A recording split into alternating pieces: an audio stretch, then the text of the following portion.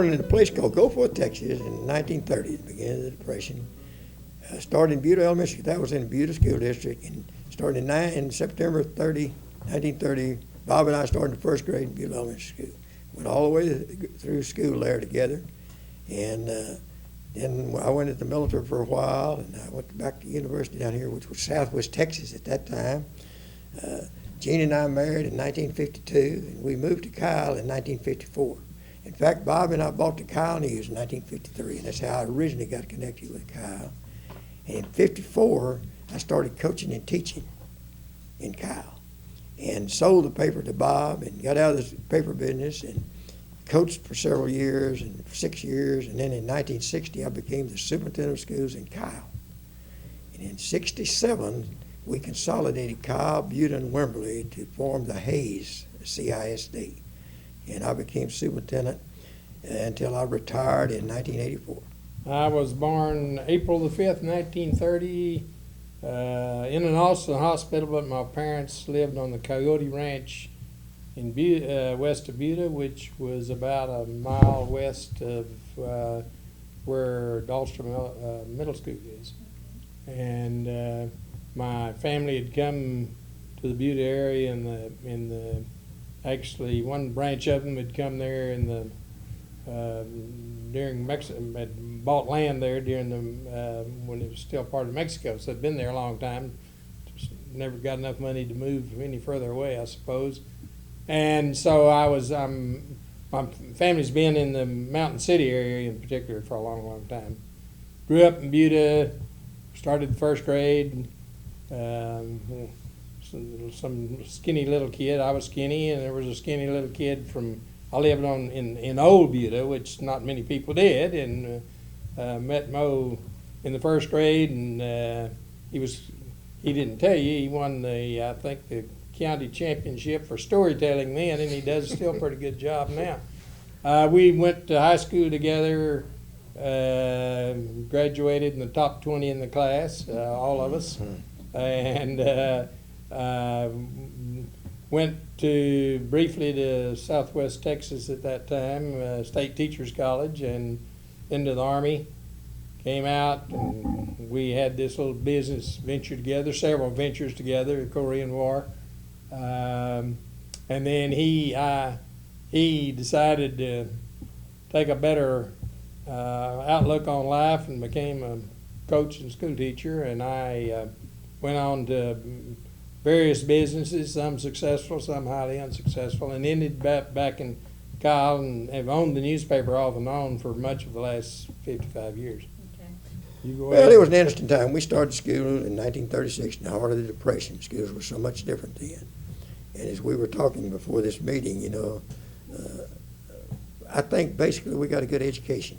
Even though it was a small rural school district, Bob Barton became a state representative. I became a superintendent. A lot of those kids were college graduates. And it was a different world, a different era. We graduated, we went through high school in World War II, where the only way we could go to football games, people have a hard time believing this, we were on the Buda Bulldog football team. And we went in a cattle trailer, and the superintendent had a car, and he pulled the cattle trailer. And Bob and I were scrubs, we rode in the cattle trailer. And all the good players got to ride in the car. And that is absolutely a true story. And but we graduated from Buda in 1947. So we, in the last year of our classes, thought we actually decided to again play basketball, even though we were the only school in the district that didn't have a gymnasium. So they built an outdoor court, and the bad thing was that's the way it rained this year. It rained that spring and winter of 47, so we took it on ourselves, and we got off the school bus riding the first bus. There were two buses, and I guess we were from Goforth, the poor part of the district, so we were the first bus. We had to be on the first bus. We'd go out there in the mornings and drain the football field, the basketball field, so that we could practice later that day if it didn't rain anymore. Well, they didn't tell us that the war was just over, and the discipline was pretty slack. And I think the superintendent that year had resigned because of a nervous breakdown or something. And so the school board had hired, unbeknownst to us, a new man just back from the wars that wasn't too worried about disfavor among students. And so we had been skipping the school assembly to work on the basketball court. And we skipped it for his first day on the job. He calls us into the office and tells us to take a week's vacation from coming to class. My father was no longer a teacher, but I knew my mother was, I think, substitute teaching, and so there wasn't any way for me to deny the fact that I'd been expelled. Moe, on the other hand, parents weren't, they lived out 6 miles, so he would get up every morning during his expulsion and ride the school bus to town and hang out down on the loafers bench with all the old men. And my father was a pretty good disciplinarian, and he is a pretty good psychologist. Our bitter enemy was Kyle. I lived at Old Goforth by then. The Kyle school went right by, school bus went right by our road down in front of our house. And he told me if I ever got in that kind of serious trouble again, said, you see that Kyle school bus, you'll be riding it and you'll be going to school in Kyle. He scared the hell out of me. I walked the straight and narrow for at least the rest of that year. Let me expand on that a little bit. I never told my mother and dad. Now, discipline, this is kind of a, you taught school for many years. Discipline's changed a lot in school. I knew if I went home, now that, you think about what he's talking about. We were working on school grounds and expelled for a week. I was afraid to tell them. I knew not to tell them that because I knew whose side of that issue they were going to take. I knew, I was in the wrong place at the wrong time. Years later, Betty, when I was in the military, I got courage enough to tell them I'd been expelled from school. You see, it's an interesting story. I've told that on discipline because I knew that I wasn't where I was supposed to be. And you didn't go home and tell mom and dad how you'd been mistreated at school in those days. It was a different world. The Korean War started.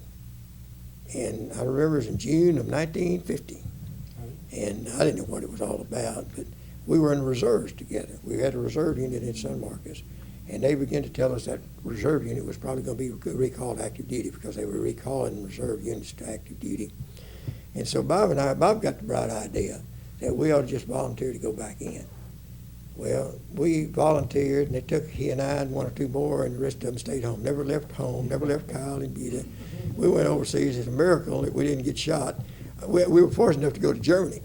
And I learned years later the reason we went to Germany, I was in the National Guard unit assigned to Fort Sill, Oklahoma, and they didn't put them into combat. So Bob could have gotten me knocked off right then. And so we were both journalism majors. We were both majoring in journalism in Southwest Texas. And Bob got the bright idea, or somebody told him the Kyle News were for sale. And so we came to over here and investigated. It was on Main Street up here in an old shack. It was just an old gasoline engine fired press, and we decided we'd buy it. The old man wanted $2,500 for it. Man, it was just horrible. We didn't have $2,500, so we go to the bank, which was right across the street where his office is over there. And that banking was different in those days.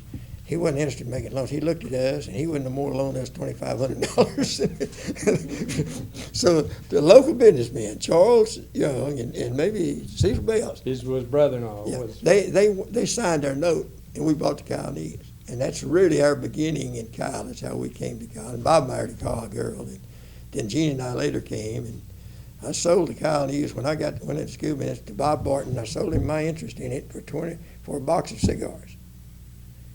And I never did get the cigars for about 30, 40 years, but I thought I made a good deal.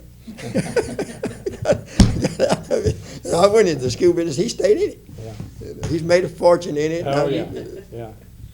Sounded like a good idea to me, the benefit of one course that we were probably experienced journalists.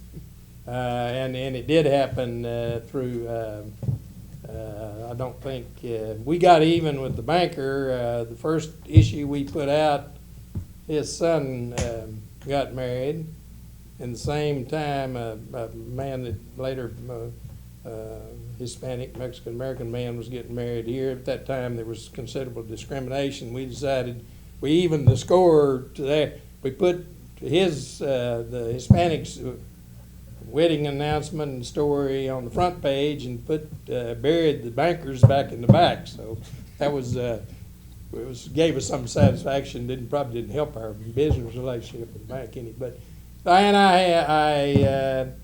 not very smart, but I'm stubborn. So I kept it a few years and sold it. Did marry a Kyle girl, and acquired lots of friends here. And through the years, have bought and sold it 3 or 4 times, but have ended back up with it late in life, and at a time where we considered it. We were Buda boys. One interesting story is that one of the Kyle descendants, Mary Hartson Kyle, who was made the front of Life magazine in the 40s because she was the mayor of an all-women city council during the early part of the World War II. She was a very old lady, and she probably for health reasons took a dab of wine every day, and she also lived down past 2 doors through 2 streets down from the newspaper. The first day we hit town, we'd been labeled the 2 Buda boys that bought the Kyle newspaper. She came in and shook her finger at us. If you Buda boys try to move this paper to this town, I'll bring down havoc on you all. And we didn't have enough money, or our Buda certainly was smaller than Kyle. We knew enough about economics that we had a better shot, if any. I want to say something about that paper. When we bought it, we put out the paper on Thursday. Now, neither one of us knew anything. And Jean did half the work in the thing. And we'd spend all Thursday night trying to get the paper out. You know, All night. All night long. And then I had 8 o'clock classes. So many times Jean and I went home. She'd go to work and I'd go to school. And Betty had was so antiquated that I don't know if you've ever seen that. Every line of type was set by hand. There wasn't a line, didn't have a line of type. And if you want to spell "the," you got a T and an H and an E, and everything. Can you imagine how long that took? And there was an old man that had been doing that for years, and he could do that. I wouldn't have had a clue. It's almost like typing. You had to pick him out. He was pretty fast with it. He died the first week. Second week we was there, and we were just hopeless. And we went down and made a deal with the San Marcos Record, and they had a linotype, and they would take our copy down and they'd print it. And with that thing, you could hear it all over town. Only that old engine was like an old tractor. Chunk, chunk, chunk. It quit about half the time in the middle of the night. It was an experience I'll never forget. Mr. Harwell was a good Methodist man, an old bachelor here, called him Red. And, he was quite a ladies. He was a single man, and he was quite a ladies' man. Not much of a talker. Well, he had already sold that paper to the San Marcos Record, and when he found out he had a couple of mullets on the hook, by that time he was so poor that his car didn't have gasoline, so we carried him, or at least I did. I think we both did, down to the San Marcos Record, and we stayed in the car, and he went in there and talked him out of the deal. In later life, for the next 20 years, he worked for me on and on if I had any money, and he told me when he was about 70 years old, not regretfully and pretty honestly, that he'd sold it to Mr. Buckner for $50, and he had to give Mr. Buckner the $50 to get our $2,500. So we had really made a good business deal. And the way I became superintendent, Betty, kind of answered, I was coaching. You know, you've read, we had a great basketball teams, and we've been to state meet 5 years in a row. And I remember Red Seaman, who still lives here, was president of the school board when we consolidated the school district. He came to me and he said, "Mo, I'd gotten my master's degree, and I had my certification to be a superintendent." And he said, "Would you consider being superintendent?" I said, "No, Red, I like to coach." I said, "I enjoy what I'm doing." He said, "Well, just think about it." And I said, "Well, what does it pay?" Well, we're talking about 1960. And I think I was making probably $3,500 coaching and teaching, and it paid about $7,000. And I said, "I believe I can handle that." And that's a true story. I became superintendent I was elected in 1960.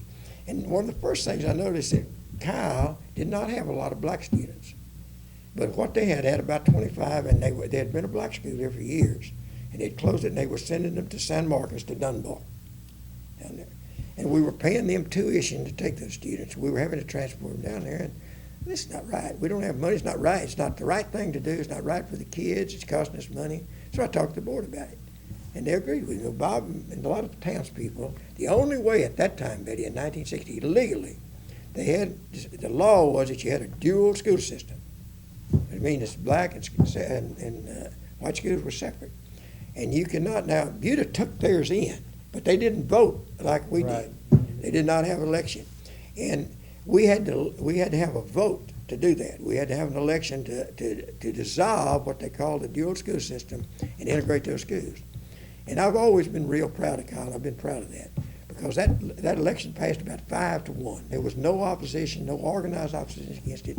And in May of 1961 is when it was, because it was the end of my first year. We brought those in. It was never a problem. And I think Butte and Kyle communities both are to be admired over the years for how they approached that, because in that period of time, it was really a hot issue. Most places, in Little Rock, Arkansas, and every place else in Georgia. But they did it here, and they did it the right way. And in neither place that I know of was it ever really a real difficult problem. And that's a tribute to the people of Butte and Kyle. And that's how it came about. And we integrated them. They started immediately playing on our athletic teams. And it was just a very smooth operation.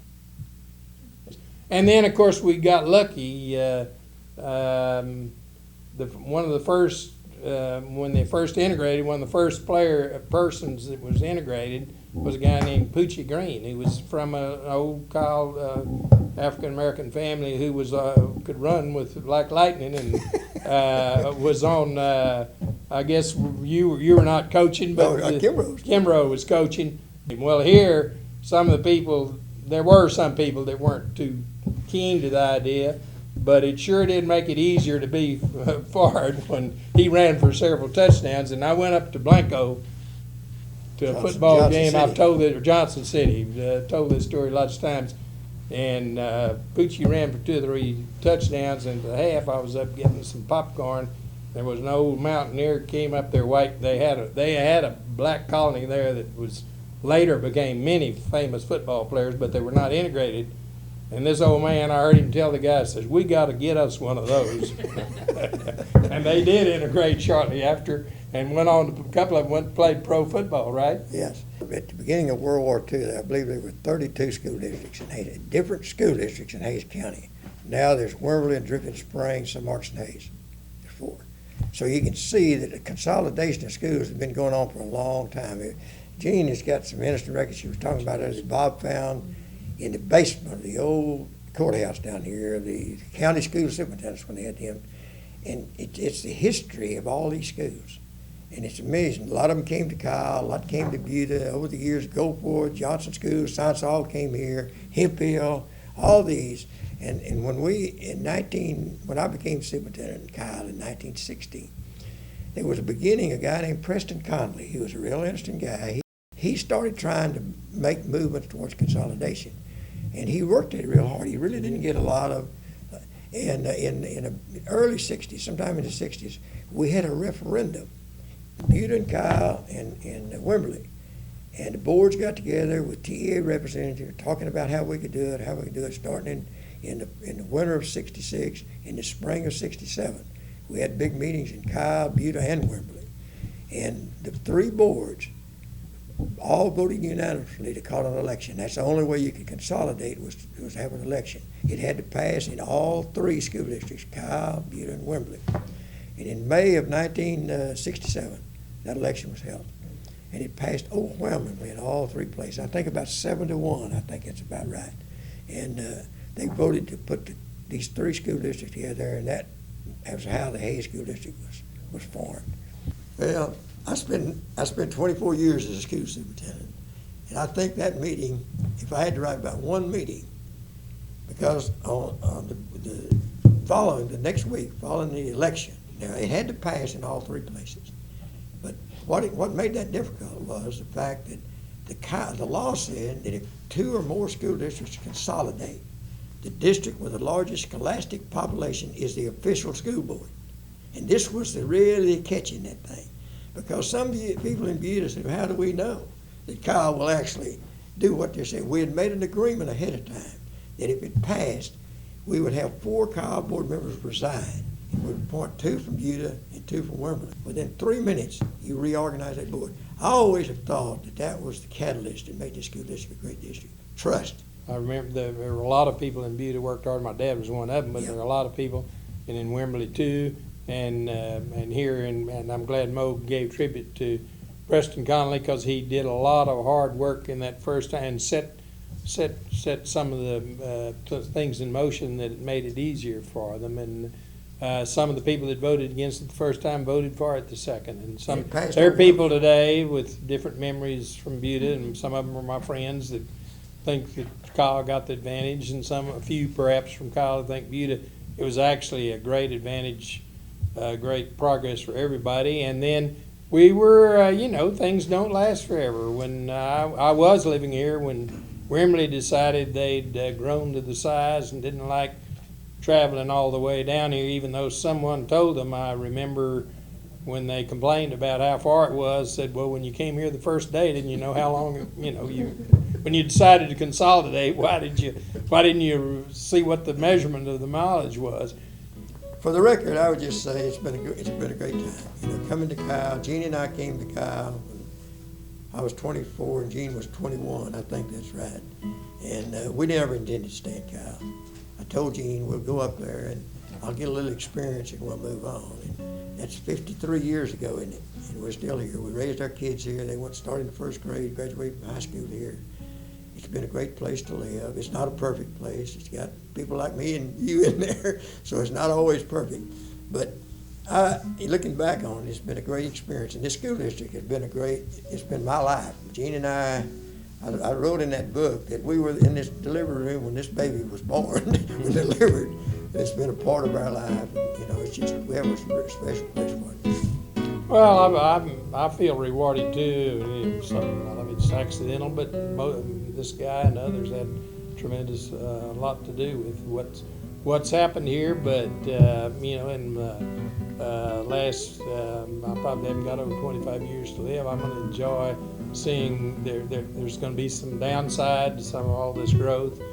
But I'm still in the newspaper business, and it was a hobby for many. I didn't know it was a hobby the first 25 or 30 years, but I've known it the last 10, and all of a sudden it's turned into a business. And because of the interaction between Buda and Kyle, and that has been good for both sides. And I get a little irritated at some of the newcomers that think it's part of it's required that they, including some of our city council people, that say you gotta hate Buda. Well, the truth of the matter, Buda and Kyle were intertwined at the beginning and are intertwined now, and economically and at least from an educational standpoint, it's been one of the reasons that all of this economic progress has come is what they did back there when they consolidated.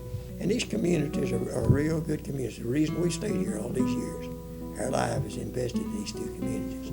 And if I had it to do over, I'd play the game the same way. I'd call the same plays and do the same thing. Now, were mistakes made? Yeah.